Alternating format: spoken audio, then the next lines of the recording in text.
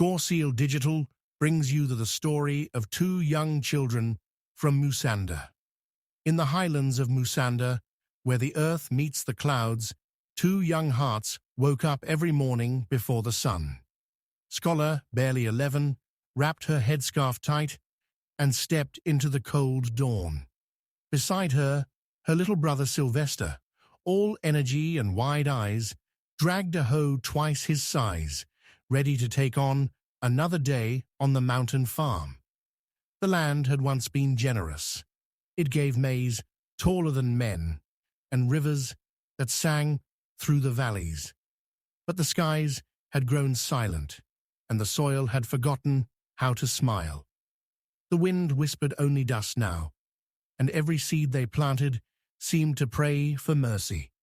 Schola worked with the strength of someone far beyond her age, while Sylvester dreamed, not of escaping, but of fixing. At night, when the village slept, he'd sit by the dim lantern light, tinkering with bottles, wires, and toy parts. He said one day, "Sis, the wind will bring us water." Schola laughed softly. Water from the wind? But Sylvester's eyes, they burned with that kind of faith only the young can carry. Days passed. They built, they failed, they tried again. Until one morning, when the mountain wind turned strong, the blades of their homemade windmill began to spin, first slowly, then faster. And then, water burst from the dry earth, like a long-forgotten promise. The two danced barefoot in the mud, laughing, shouting, crying, all at once. The hills echoed with joy that Musanda hadn't heard in years.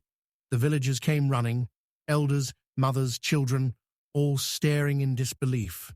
Some called it magic, others called it madness, but Schola and Sylvester, they just called it hope.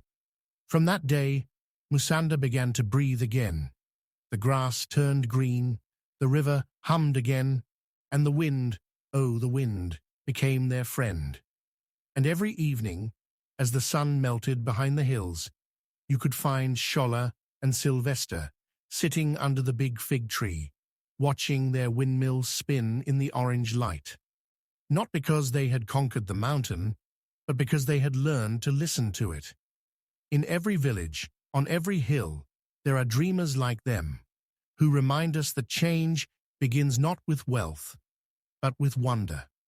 Schola Digital presents The Sky on the Mountain.